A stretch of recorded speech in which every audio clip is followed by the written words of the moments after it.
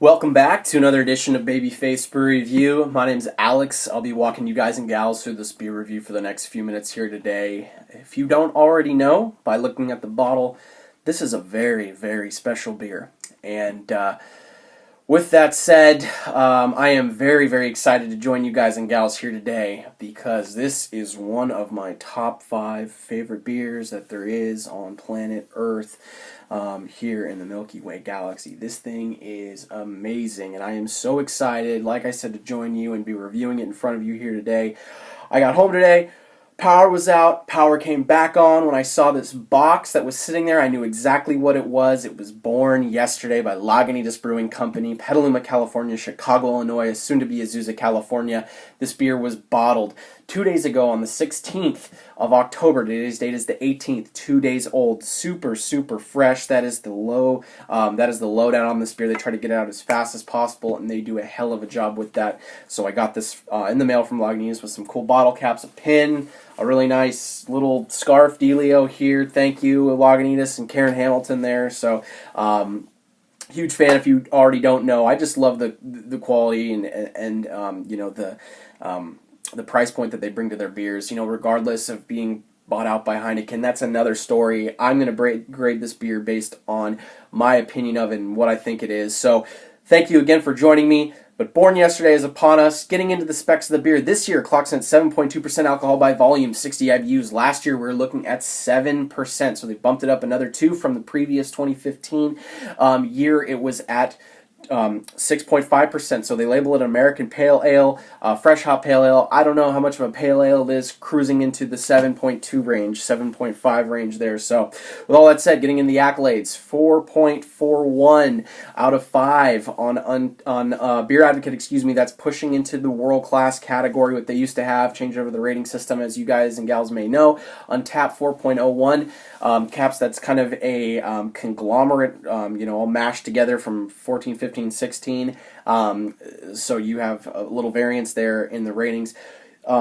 This beer is using 11 pounds per barrel of fresh Simcoe, Mosaic, and Equinox. I believe last year had Citra, but I don't think that's in there this year. It actually sent me a little blurb here. Yeah, Simcoe, Equinox, and Mosaic. So without further ado, let's crack the cap on this 2-day-old Born Yesterday. They got brand new cool bottle caps this year. They got green ones, as you can see there. Pretty badass. So let's get into it. I'm so excited. If you can't already tell, I'm like a kid on Christmas Eve. This beer is one of my favorites.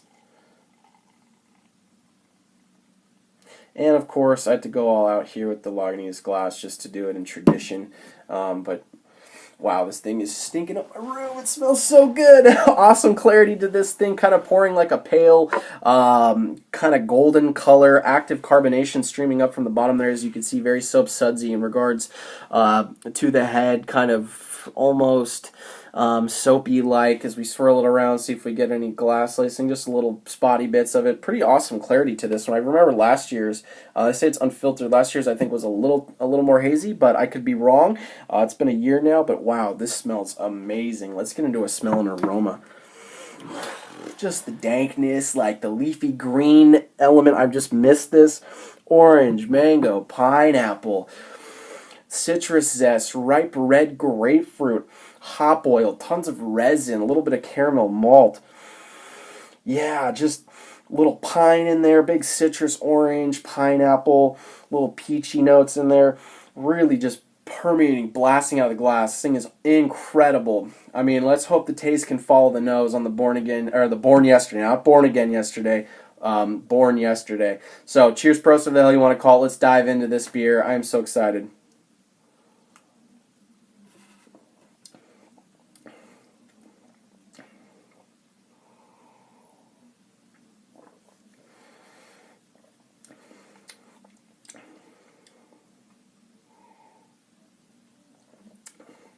Wow.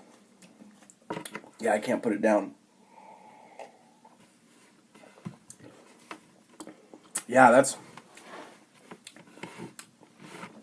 very solid. Nice little bitterness up front. 60 IBUs hanging out. Immediately followed by big citrus zest, citrus rind, some grapefruit notes. I'm getting some pine in there, like some little bit of pine needle, a little bit of tropical fruit, a little more muted in the taste than it is the aroma. Middle of the mouth, little caramel sweetness. Back end, some of the tropical fruit kind of comes out, hangs out. Little dankness, leafy green, herbally, herbaceous notes as well. Finishes with some citrus and piney bitterness. Really, really nice. Kind of hard to describe.